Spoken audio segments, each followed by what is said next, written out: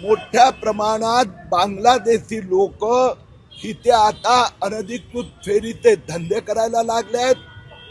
घाटकोपर पश्चिम मध्ये मी गेले काही दिवस पाहतोय, इथल्या दुकानदारांना मारहाण करणं, धमकी करणं, ड्रग्सचा धंदा चालू आहे।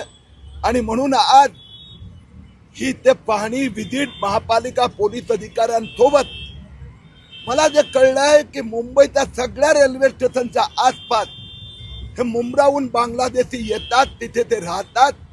स्थानिकांवर दगडफेक, मारहाण, धमक्या देणं आणि पोलीस आणि महापालिकेचा अधिकारी यांना मी आज वॉर्निंग दिली आहे।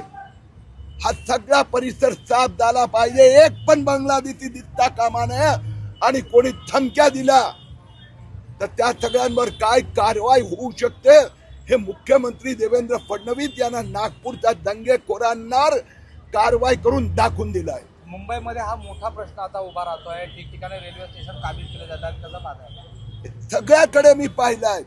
मग ते बोरीवली असो की मुलुंड असो, घाटकोपर असो की वडाला असो, एक प्रकारचे प्लॅनिंग करून सगळ्या तिथला स्थानिक म्हणजे तो मराठी असो, उत्तर भारतीय असो, त्या फेरीवाल्यांना धमक्या दिल्या जातात, नागरिकांना, व्यापाऱ्यांना।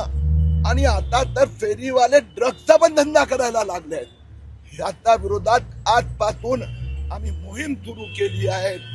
मी मुंबई महाराष्ट्राच्या लोकांना वचन देतो, 15 दिवसाचा आत जे मशिदीवर अनधिकृत भोंगे आहेत त्याच्या संबंधात नवीन कायदे कानून येणार आहेत आणि मग सगळे अनधिकृत मस्जिद आणि अनधिकृत भोंगे बंद होणार। फेरीवाले बांगलादेशी पण आतमध्ये जाणार। एबीपी माझा, उघडा डोळे बघा नीट।